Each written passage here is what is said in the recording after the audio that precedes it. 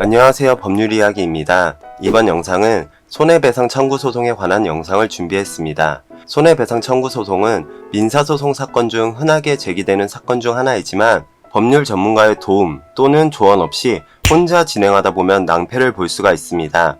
손해배상 청구 소송, 흔하게 제기되는 소송이지만 쉽지 않은 소송이기에 이번에 준비한 손해배상 청구에 관한 영상을 끝까지 시청해 주시고 궁금하신 점 문의 주시면 답변을 드리겠습니다. 나는 지금까지 살면서 단 한 번도 누군가에게 손해를 입혔거나 또는 손해를 입은 적이 없다라고 생각하시는 분들은 아마도 없을 겁니다. 극단적인 예를 들자면 A마트에서 A라는 제품을 1,000원을 주고 구입을 했습니다. 그러나 B마트에서 똑같은 A라는 제품을 500원에 판매를 합니다. 그러면 나는 500원을 손해를 보았다고 생각합니다. 바로 이러한 경우 500원을 손해를 주었던 A마트에게 500원에 대한 손해배상 청구 소송을 할 수 있을까요? 결과적으로 손해배상 청구 소송은 할 수 없습니다. 잠깐 참고로 말씀드리자면 형사고소인 사기죄는 사안에 따라 적용이 될 수도 있고 안 될 수도 있습니다. 이미 사기죄와 관련한 영상은 올려놓았는데 사기죄에서 가장 중요한 단어는 기망이라는 단어이고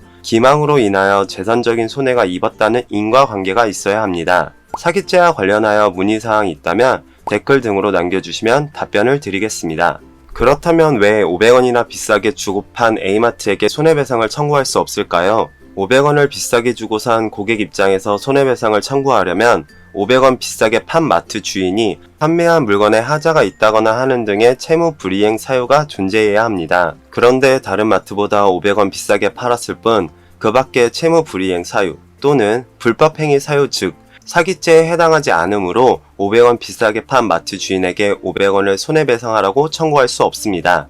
구입자가 실제 500원을 손해보았다고 하더라도 결론적으로 매장 주인에게 채무 불이행 사유, 불법행위 사유가 없으므로 손해배상 청구를 하지 못합니다. 손해배상의 기본 원칙은 위법한 행위에 의하여 타인에게 손해를 끼친 경우 손해가 없었던 것과 동일한 상태로 되돌리는 것을 목적으로 하고 있습니다. 손해배상은 채무 불이행, 손해배상과 불법행위로 인한 손해배상으로 나눌 수 있습니다. 이 둘을 구별하는 방법은 계약관계가 있느냐 또는 계약관계가 없느냐로 구분할 수 있습니다. 채무 불이행이란 계약관계가 있는 상태에서 채무자의 귀책 사유로 인하여 채무의 내용에 따른 이행을 하지 않는 것을 말하며 예를 든다면 첫 번째, 누군가에게 돈을 빌려준 경우 돈을 못 받고 있다면 두 번째, 부동산 계약을 체결하였지만 계약금, 중도금, 잔금 등이 지급되지 않은 경우 세 번째, 부동산 계약 체결 후 계약 해지 사유가 발생한 경우 네 번째, 어떠한 물건을 샀지만 물건에 하자가 있는 경우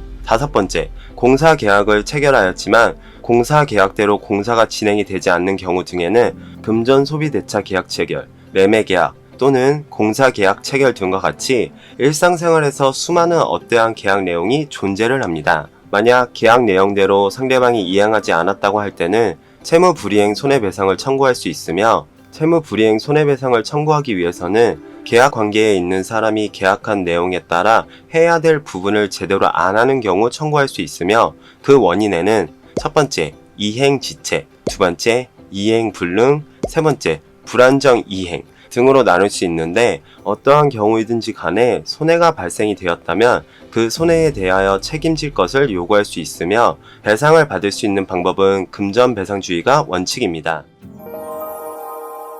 누군가에게 폭행을 당한 경우, 명예훼손 또는 모욕을 당한 경우, 배우자가 외도를 한 경우, 교통사고를 당한 경우와 같이 상대방과 어떠한 계약을 체결하지 않고 손해를 입은 경우에는 불법행위에 의한 손해배상을 청구할 수 있습니다. 불법행위로 인한 피해는 통상 형사고소를 통해 피해 회복이 되는 경우가 있지만 만약 피해자가 입은 손해가 크다면 형사고소와 손해배상 청구 소송을 동시에 제기해야 되는 경우도 있습니다. 불법행위란 고의 또는 과실로 위법하게 타인의 신체, 자유 또는 명예를 해하거나 정신적 고통을 가하는 행위입니다. 따라서 불법행위를 이유로 한 손해배상 청구는 형사고소를 통하여 형사사건에서 어떠한 처벌을 받아야 하고 형사처벌에 대한 증거를 민사소송에서 증거자료로 활용하는 특색이 있으며 민법 제750조가 근거 규범이 됩니다. 통상 형사고소를 하여 가해자가 처벌받는 것으로 피해자의 정신적 고통이나 손해가 회복되는 경우도 있지만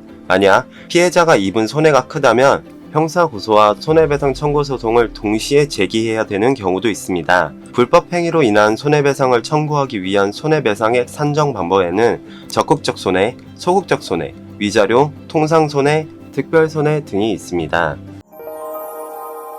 채무 불이행으로 인하여 손해가 발생이 되었고 손해배상액을 예정한 경우에는 자신이 입은 손해배상의 범위를 구체적으로 입증할 필요 없이 채무 불이행 사실만으로 예정한 배상액을 청구할 수 있지만 배상액이 예정되지 않은 경우에는 이자 제한법에 위반되지 않는 이자 약정이 있으면 약정 이자대로 약정 이자가 없다면 민사채권의 경우 연 5%, 상사채권의 경우 연 6%를 가산하여 청구할 수 있습니다. 채권자와 채무자 사이에 어떠한 계약으로 인하여 채무자가 채무를 변제해야 될 시일이 지난 경우 또는 계약 해지가 되었음에도 채무를 변제하지 않는다면 채무 불이행에 따른 손해배상을 청구할 수 있고 손해배상 청구 방법에는 채권 보전 조치인 가압류, 가처분과 지급명령과 민사소송 등의 방법으로 청구합니다.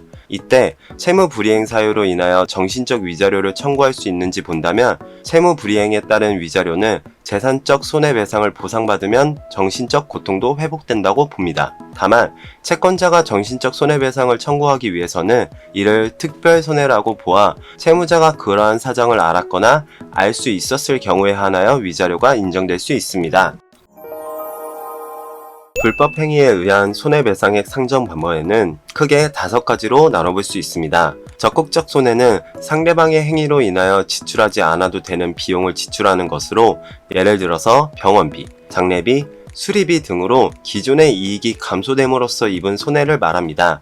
반면 소극적 손해는 불법적 행위가 없었다면 얻을 수 있었는데 불법 행위로 인하여 얻을 수 없게 된 손해, 예를 들면 입원을 함으로써 받지 못한 급여, 일실수업, 휴업손해로 손해를 만회하기 위해서 다른 소득활동을 못해서 잃어버린 손해입니다. 정신적 손해보상인 위자료는 비재산적 손해로서 정신적인 고통으로 인한 손해를 정신적 손해라고 하며 이에 대한 금전 배상액을 위자료라고 합니다. 불법 행위에 의한 손해배상은 정신적 손해가 발생이 되었다고 보지만 채무 불이행에 대한 위자료는 특별한 사정이 없는 한 위자료는 인정되지 않습니다. 위자료 액수에 관해서는 우리 민법에는 위자료 산정의 기준이나 방법에 대하여 아무런 규정을 두고 있지 않습니다. 즉, 법의 근거가 없기 때문에 결국 위자료 금액은 개별 사건을 재판하는 판사가 사실심 변론 종결 당시까지 나타난 재반 사정을 참작하여 직권, 재량으로 결정하게 됩니다.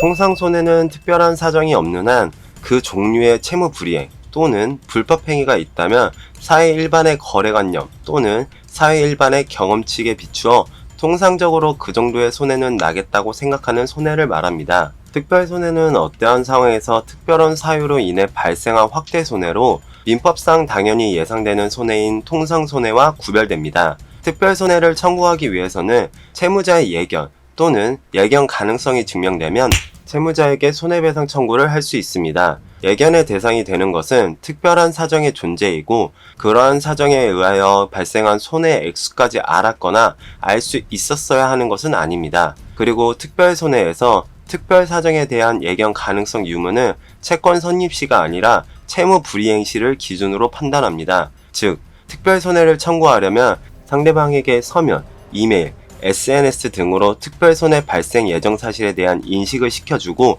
그 증거를 남겨놓아야 한다. 만약 입증이 안 되면 특별 손해를 인정받기 어렵습니다.